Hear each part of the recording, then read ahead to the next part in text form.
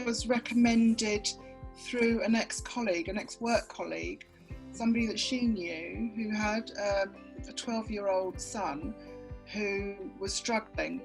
He didn't have any friends. He had a real problem with his weight and his health.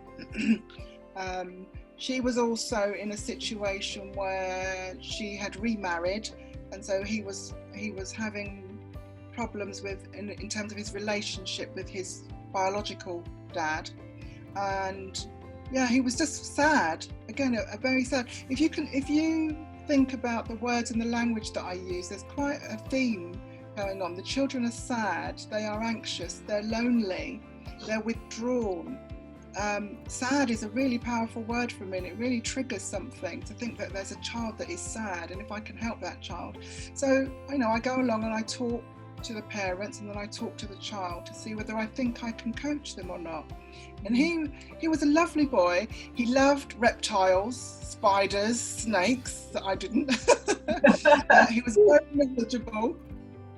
But he loved the stories. He enjoyed the stories, and he would engage with me in the stories. His facial expression, I didn't know too much about autism at the time, but I was kind of learning. His facial expression, he wasn't very expressive. He didn't smile very much, which I did find a challenge to begin with.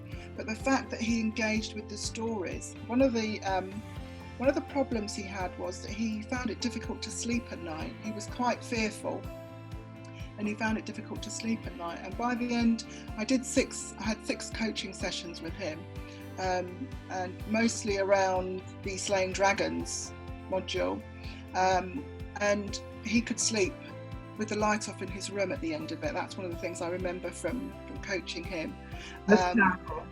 Mum said he was much happier. And one of the other things that I find is coaching these young children, is that it's not just about them, it's about the whole family, and how the whole family's transform, the family's relationship, it transforms, because they all go from being stressed and frustrated and not knowing what to do, feeling helpless, to having fun, being happy, being relaxed, being able to enjoy each other's company again.